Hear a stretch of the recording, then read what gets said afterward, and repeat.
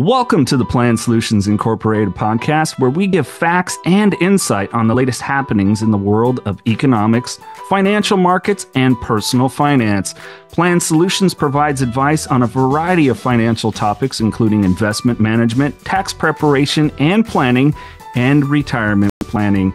Chase has 25 years of experience in the financial industry, holds a certified financial planner and chartered financial analyst designations, and has earned a master's degree in taxation and a doctorate in business administration. Chase has a passion for helping clients down the path toward their financial goals. I'm Jason LaChance, and on this episode, we're going to be discussing retirement planning challenges, basics of annuities, checking the value of your savings bonds, and a look at the Plan Solutions Incorporated office bulletin board. Thank you for listening to the podcast. Please hit that subscribe button if it's your first time on whatever platform you're listening on. And of course, we are available on YouTube as well now if you just search Plan Solutions on YouTube, and you can follow right along to the personal financial review in the video. And if you've not yet subscribed to the personal financial review, please email Katie, that's Katie, at plansolutions.com. Mr. Armour, how are we, good sir? Doing well. Yeah, things are good. And, summer's here, weather's nice. So this is always my favorite time of year. We get through tax season and all that extra, work and effort. And then you get a little bit of a break. The weather gets nice. It's been good. Absolutely. Well, it looks like for us, at least out here in California, at least in the central parts of it, we're jumping right into summer. So we definitely, that getting out has been nice. Yeah. Good weather, although it's been a rough year for the allergies. So I guess, it's the old give and take. Yeah, that pollen count was not my friend recently. All right. Well, we're going to jump right in here. Retirement planning challenges. I mean, this is something that so many of us face. And I love that this has been put out there, maybe something really eye-opening for people. Recently, this is based off of AARP's annual Financial Security Trends Survey that was conducted in January, and it included about 8,000 adults. And there's some interesting data here concerning retirement. So let's jump right in, maybe compare this year's survey to last year's survey. Yeah, we're always talking about retirement readiness. I know we've touched on this topic in the past. And, here we got the stock market hitting all-time highs, real estate prices still pretty high. Economy's been doing well, but of course, we've also gone through a really heavy period of inflation. And, you check in and kind of see how people are doing in terms of saving for retirement. And it really hasn't improved. In fact, if anything, it maybe has gotten a little worse. According to the AARP study, it says about 1 in 4 U.S. adults who are over age 50 who are not already retired expect to never retire, which I thought was quite the takeaway. Basically showing that there's still a retirement planning crisis that continues to be an issue. And compared to the previous year, there was actually an increase in individuals that felt they wouldn't have enough money if they retire. And even if they continue to save at their current rate. And, a very large number that, expect that they won't be able to retire. And instead of it really being those long-term concerns about, savings, rates of return, things like that, most of them are just really feeling the pinch from higher prices. That inflation has really just even made day-to-day cost of living more of a challenge, much less, having the ability to think longer term towards bigger goals like retirement. Yeah. I'm expecting or would think that a lot of people, and I know I've been in this situation before, I developed a really good strategic plan, but debt was a huge factor for me in that type of thinking. Oh goodness, I don't ever want to retire, but that's different than I'll never be able to retire. Like, I love what I do, so hopefully I'm doing something, because I love to stay busy, but there's a huge difference, and debt was a big factor in that thinking around that for me. Yeah, absolutely. And I think there's a lot of people that think that way. They like what they're doing. They want to be able to, work well into their 60s and maybe even into their 70s. But you do find there's a very different attitude about it when it's a choice, right? Rather than that you have to continue to work just to make ends meet. And you're right. I mean, debt is kind of the opposite of long-term financial planning, right? You're instead of accumulating and planning to have that flexibility, as you go into debt, now really you're working just to make those payments for past purchases. So you're really paying for the past instead of saving for the future. And studies show that that was a big part of the challenge, that a third of older adults have credit card debt of $10,000 or more, and 12% have a balance of 20,000 or more. So even those people, as they're getting close to what we'd consider normal retirement age, are having to take on debt, and most of them just saying it's to help cover basic living costs such as food and housing, especially with the price increases that they've seen over the last 3 to 4 years. Yeah, it's pretty staggering. And I know that you got the report here from the senior vice president of research for AARP, who stated that 1 in 5 of people who have not retired have no savings at all, and that's that's staggering to me. That's Yeah, that's yeah. Yeah, and unfortunately, I mean, this is the reality of the situation. But of course, as financial planners, we look at this and say, well, I mean, there's always a path, right? It may not be easy, and often it's not easy to save for retirement and kind of plan out a long-term future. But I think if nothing else, these studies are good cautionary tales for a lot of people that the importance of creating a plan to try and reach those financial goals, possibly having, of course, your plan A, but also a plan B or even a plan C for those unexpected circumstances, so that you can start preparing and hopefully not be one of the people in these statistics by actually being proactive. Whereas I think a lot of people just kind of, they see it as an overwhelming situation, maybe a goal that's just too daunting and to be able to achieve. And so they bury their head in the sand. And then clearly, the statistics are showing that that's not working. Yeah. Well, I mean, on the bright side, and we've talked about this before, and to reiterate it's never too late to get started. And I think that's sometimes the daunting task or thought of it, like you said, is it, oh, I haven't started, so what's the point? And the reality is it's never too late to start. Yeah, it's never too late to start. I mean, it's not going to get better if you don't start planning, right? And start to make some changes. Obviously, the thing that's always preached in financial planning or retirement planning in particular is the benefit of starting early. If you start early, save small amounts, you get the benefit of compound growth over long time periods, which can do a lot of the heavy lifting for you. And that's great. But a lot of people don't really start thinking seriously about retirement until they're in their late 40s or early 50s. And in some cases, maybe they're not as far behind as they think. I think a lot of people, that come to us and want to get serious about it, they think, oh, I'm so far behind, my peers and things. And statistically, they're not necessarily, right? But they just feel that way. And some people feel, oh, I'm behind. And so they don't want to, it just feels like, oh, I'm behind, I'll never catch up. And they don't really want to take on the challenge or make changes. But most people, that's kind of the norm, right? And if they really get serious at that point, and if they have 10 years left until retirement, there's a lot that can be done. Obviously, those that have 15 or 20 years, there's even more that can be done. And then, even people in their 60s, they may still benefit from retirement planning, even though, their time frame may be much shorter.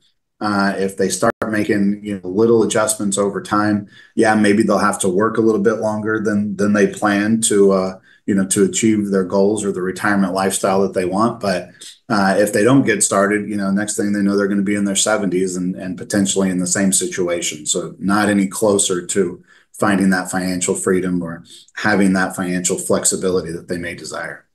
Yeah, absolutely. And I wonder, and I'm, speaking from a personal perspective, that sometimes that maybe that push pull fight of it too is, you might have to adjust lifestyle a little bit. Yeah, yeah. Sometimes that is, you take a short-term adjustment for a long-term benefit. right? And that can be really difficult. And I think that's why a lot of times it's people in their late 40s and early 50s that start to get serious about it because, up until that point, maybe they buy a house and so they have this house payment, that takes a big part of their financial resources. Maybe they have kids and so they're, obviously have that added expense or they're thinking about kids' education or other shorter term goals. And then it's not until they kind of get on top of those things that they start thinking longer term. And at that point, maybe they're able to more easily make some lifestyle adjustments because, they're not in those kind of peak high expense years. But even small adjustments early on can really add up. Or, if you're in that position where maybe now the kids are moving out of the house, maybe, they finished college and so you don't have those big expenses anymore. That can be a great time to say, okay, now let's take money that was allocated towards that and really get serious about retirement with, the X number of years that they have left to be able to accumulate really aggressively, as opposed to, okay, now we have this extra income, and then you start to see lifestyle creep, right? That the lifestyle starts to the cost of maintaining the lifestyle starts to go up a little bit as maybe you do different projects around the house or whatever it may be, and put retirement off for another decade, and then that makes it even more challenging. Yeah, absolutely.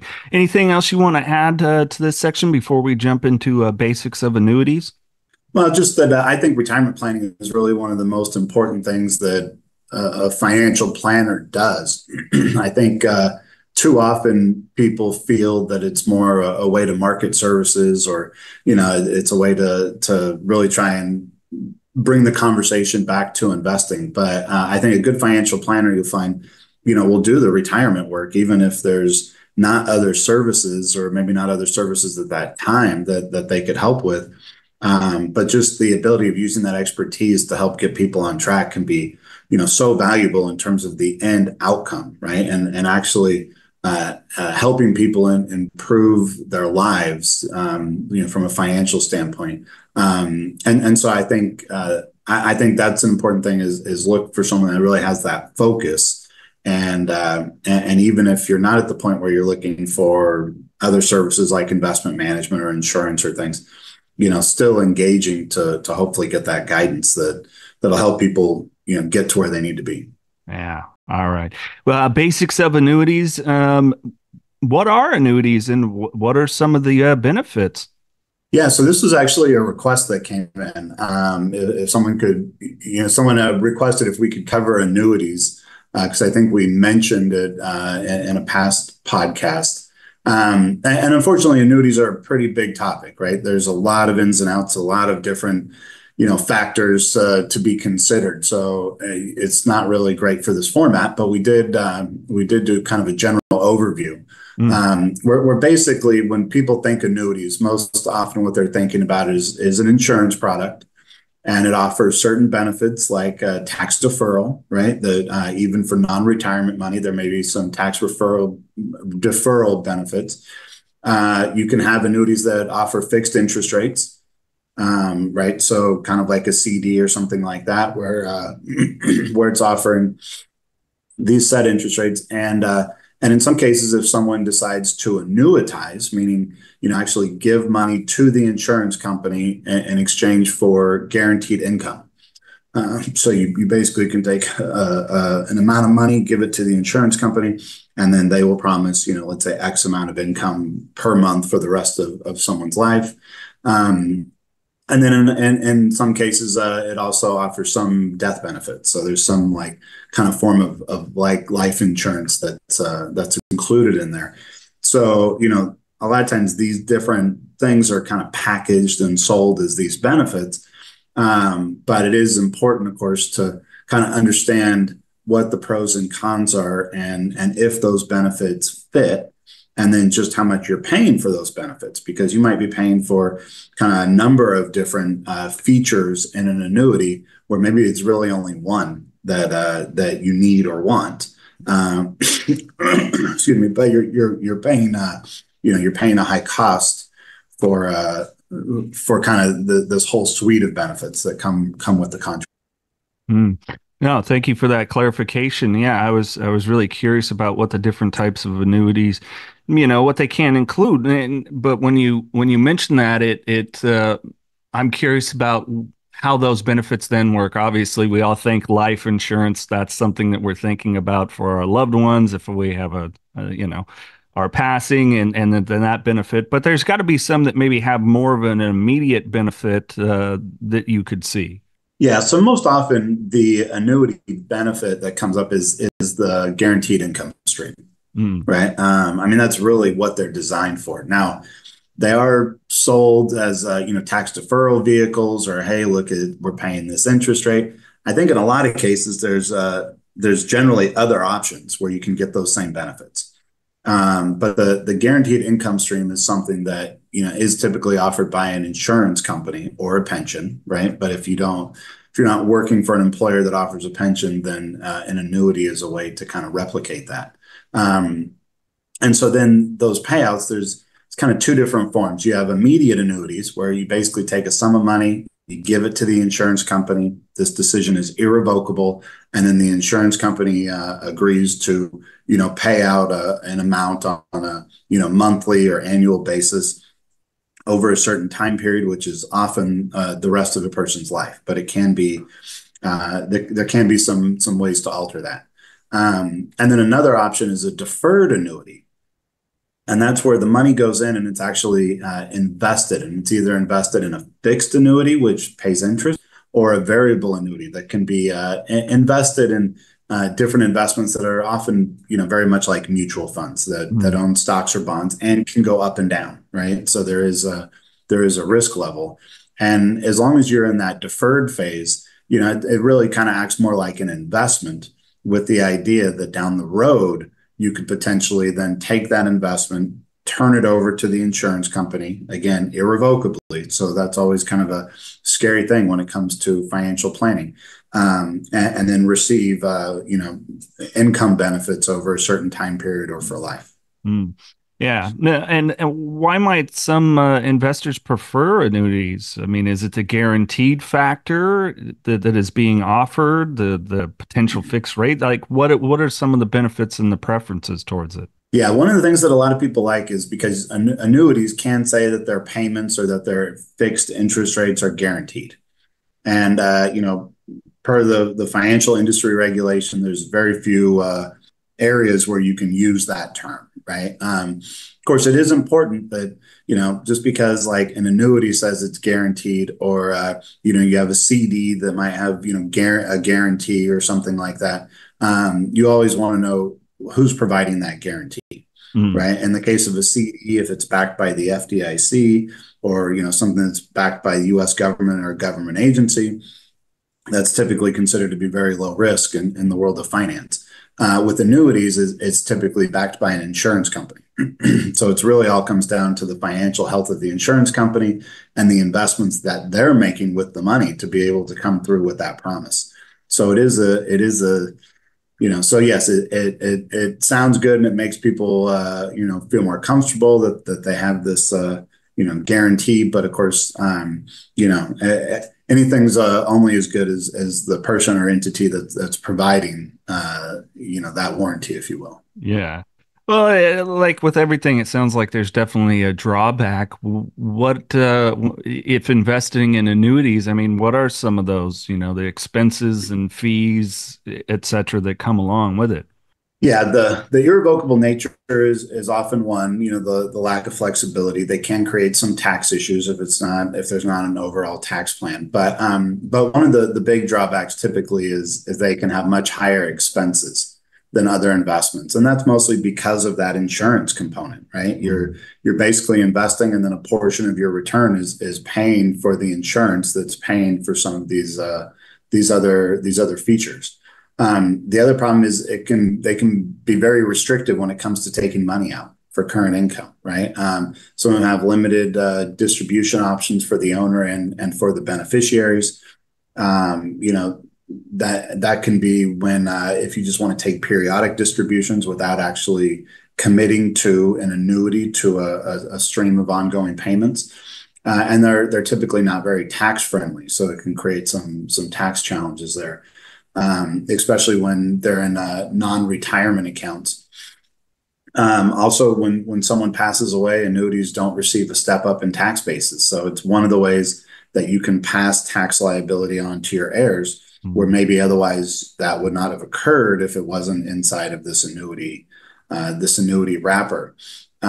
So that's something that people want to think about, not just in terms of income taxes, but their estate plan. Um, and then there's often limited investment options and things within the annuities, so it can be restrictive from that standpoint too. So it's just the takeaway is yes, in some cases, I would argue in fairly limited cases, these can be a good option depending on what someone is trying to achieve or what their overall goals and objectives are. But it's really important to understand those pros, but then also the cons that come with it, and especially those higher expenses when someone's contemplating using an annuity as an investment vehicle.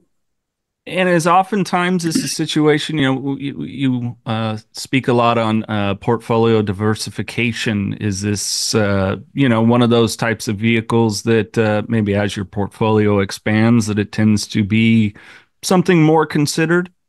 Uh, Possibly. Again, it would depend on the individual situation and what they're trying to accomplish. But in many cases, the type of investments that you can get within this insurance wrapper, right, that creates an annuity, similar type of investments can be available elsewhere. Mm. Where so if it's being sold purely as an investment or diversification vehicle, it should be weighed against other options, because you may find there's other options that can achieve the same results with much lower costs.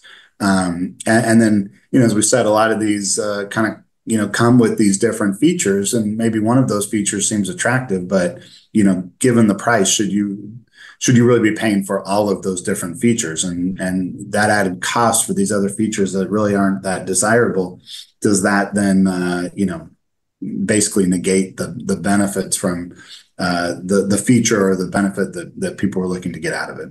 All right, I appreciate the clarification. Let's jump into checking the value of your savings bonds. We've been talking about, a lot going on in the bond market. So, what do we really want to pinpoint here?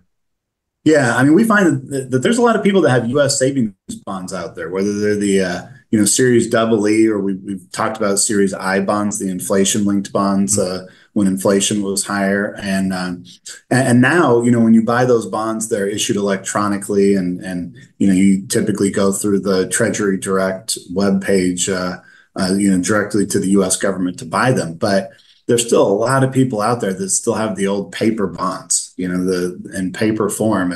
And some of those, the issue date could go back 10, 20, or even 30 years, depending on what the interest rates were and the maturity term. And in essence, the way those bonds work is the maturity date can vary based on the type of bond and when the bond was issued. And they tend to be very long term. So it's an easy thing to kind of, set aside and what you think is a safe place, and then forget about it. And that interest just continues to accrue and is often deferred until the bond is matured and until it's cashed in. But I think like any other financial investment, these are something that really should be monitored over time. It's very common that we find clients will have these bonds and they've already matured and they're not paying interest. And so they just have that money sitting in a drawer somewhere, losing value to inflation. Many years ago, I had a client who was actually going through a bunch of old savings bonds. A lot of them had already matured, and we found a World War II bond in there that had matured decades ago, right? I mean, and of course, at that point, because of the effects of inflation, really wasn't worth much in today's dollars. It was a lost opportunity. In fact, at that point, the paper might have been worth more as a collectible than what it could be cashed in for. So obviously that was a big missed opportunity.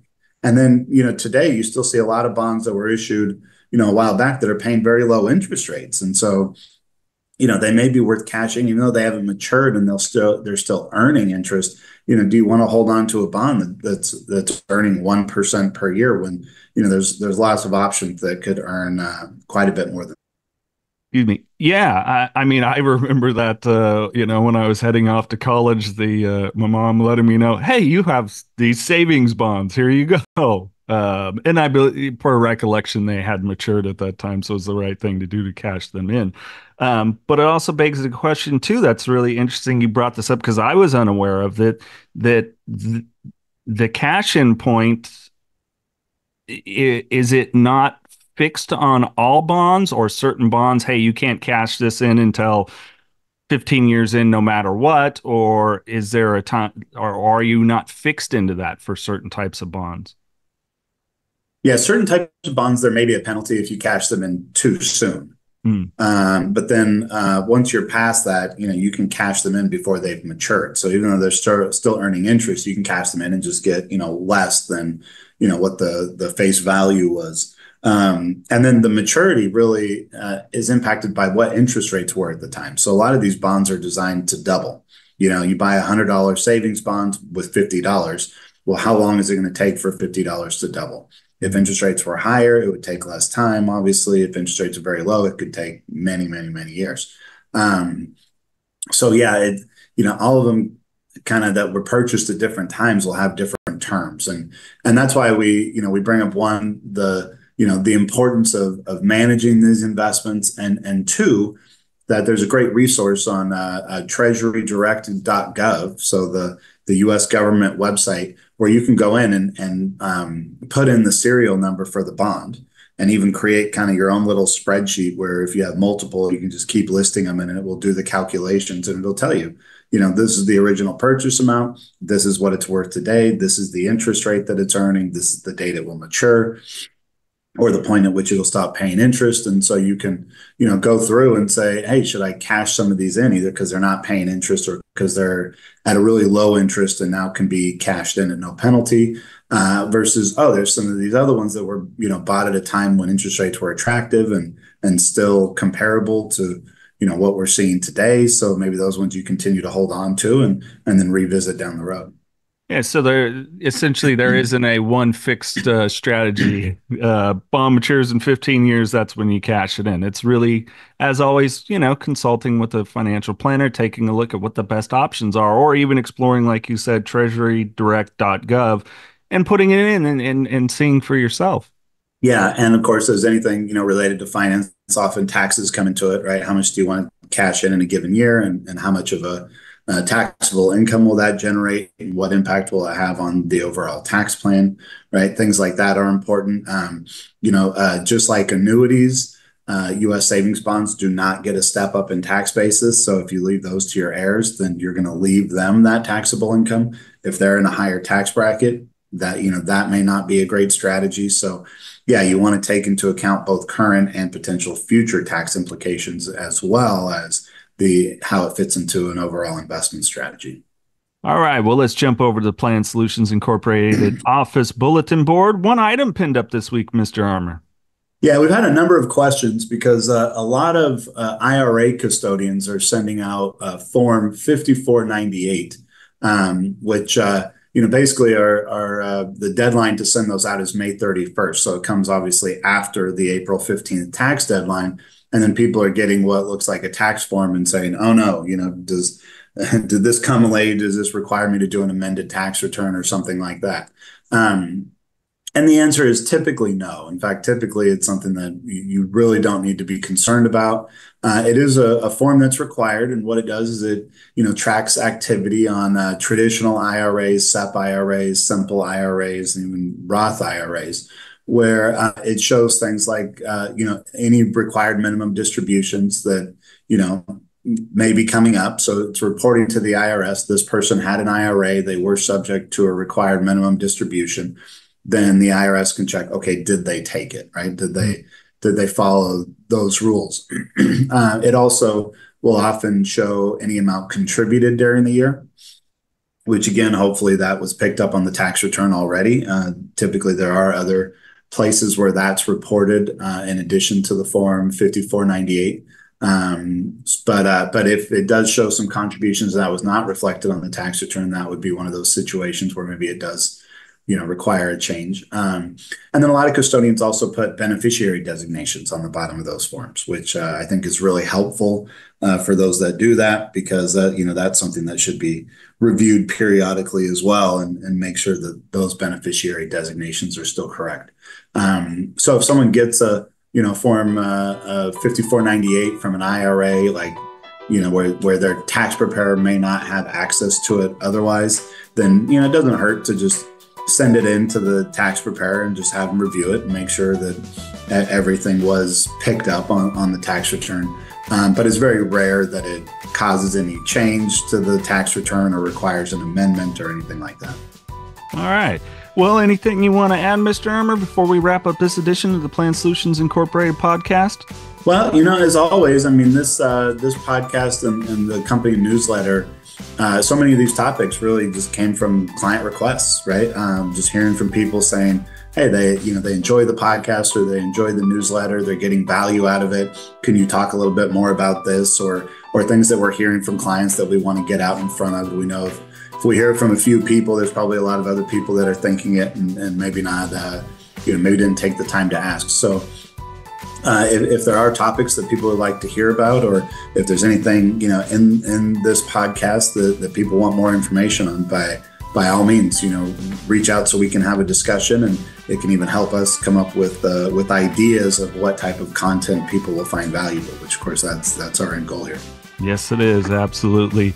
And on that note, we thank you all for listening to the podcast. Again, Apple Podcasts, Spotify, wherever you get audio podcasts, and now available on YouTube. If you want to follow along to the video, it has a personal financial review there that you can watch and follow along while Chase and myself discuss. And if you want to subscribe to the personal financial review and you're like me, you like to print it out and be able to read it, make some notes, then send Katie an email. That's KATIE at plansolutions.com and get subscribed today.